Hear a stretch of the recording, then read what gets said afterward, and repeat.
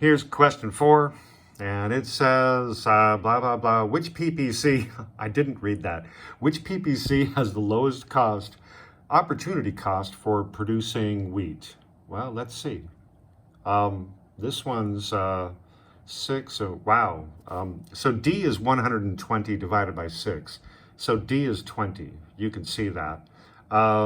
C is 80 divided by 6, which is about 13. And B is 10. And oh my gosh, A is 40. This one's pretty easy. Boy, these PPCs, they just live forever. So the answer for 4 must be B, right? Yes. Yes, it is. How about 8? I mean, 5. 8 comes after 6. Wow, I keep thinking I have a mouse, but I don't. And I don't really know how to use this. Hey, iPads are really cool if you know how to use them. Here's 5. 5 says the diagram shows a supply curve for chicken. And this is look at this. It's actually a curved curve. I mean, economics, we always use lines, right? Straight lines. Let's go to blue. And what's the question? Let's see. What explains why the supply curve for chicken slopes upwards?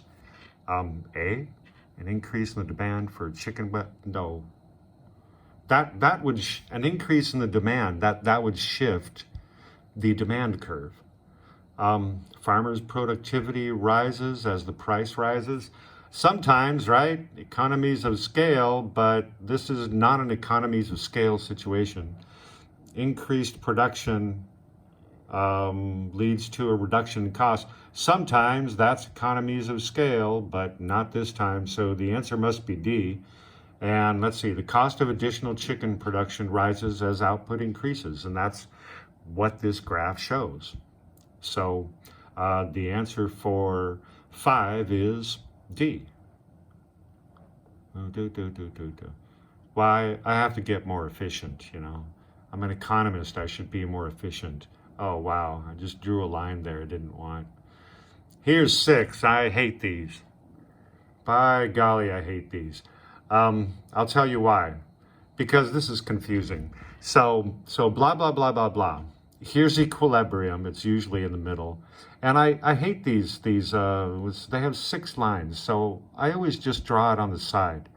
And X is right here. And this is very sloppy, but I'm just using this so I don't have to look at that. And there's probably going to be 2 things changing here. What will be the new equilibrium if there's a subsidy given to Indian car manufacturers? See there? And there's also an increase in the price of train and bus journeys. And what is this? Demand and this is cars. So I had to read. If there's an increase in the price of train and bus journeys in India, then the demand curve will shift to the right?